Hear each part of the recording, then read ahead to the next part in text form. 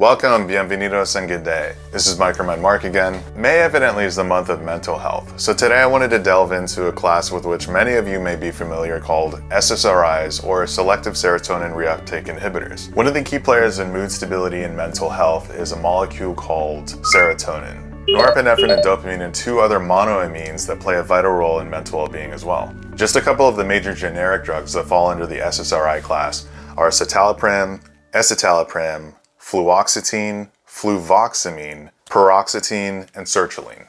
So just like in our last video, we're going to go over some key terms before we get into the mechanism of action. First, we have the presynaptic serotonergic neuron. I'll get into what all of that means in a minute, but basically it's the top part of the neuron here where the molecule serotonin is being synthesized. In addition, we have 5-HT receptors on the postsynaptic neuron, serotonin, reuptake, monoamine, and monoamine oxidase. Alright, so first things first, by now you've probably recognized a few of the medications that I've already mentioned earlier as a class of drugs called antidepressants. Which brings me to my next point, primary indication.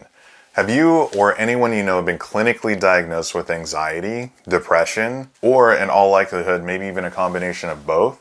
Well, barring lifestyle modification including regular exercise and an improved diet, providers will usually resort to SSRIs as a form of first-line treatment. Okay, so now I did want to mention real quick, just a personal story. I've kind of been battling insomnia more or less for about 10 years now, and I've gone through a handful of different medications to help with sleep, including Atarax, amitriptyline, trazodone. But it turns out that my sleeplessness was stemming from a bit of anxiety going on upstairs. So I was prescribed escitalopram 10 milligrams or Lexapro, and it's actually made a world of a difference.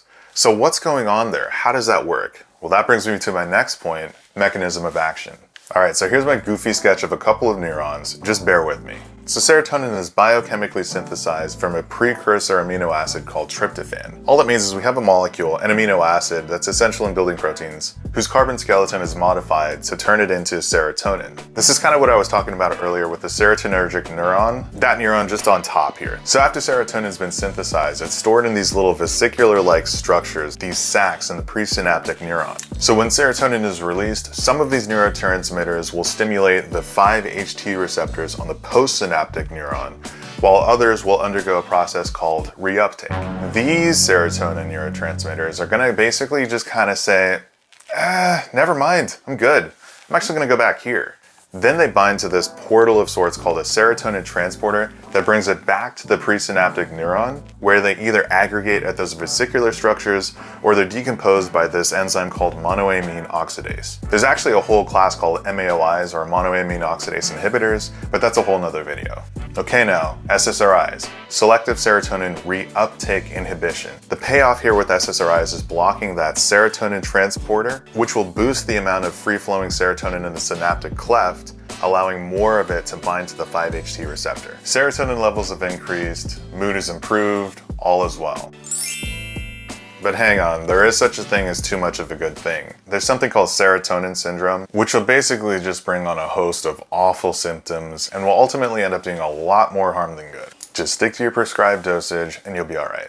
Contraindications. MAOIs, those monoamine oxidase inhibitors that I mentioned earlier, and pregnancy. Adverse effects include nausea, upset stomach, sleep disturbances, sexual dysfunction, and weight fluctuation.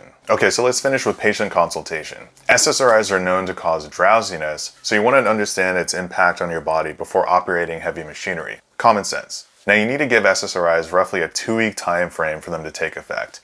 In that time, you should make sure to monitor irregular shifts in mood and behavior, and you want to make sure to avoid alcohol altogether while on antidepressants. Alright, that just about wraps it up for me and SSRIs. Hopefully you found this video informative and now have a more comprehensive understanding of probably the most commonly prescribed class of antidepressants, selective serotonin reuptake inhibitors. As always, thank you for watching. Make sure to like, subscribe, and I'll see you next time on MicroMedMark.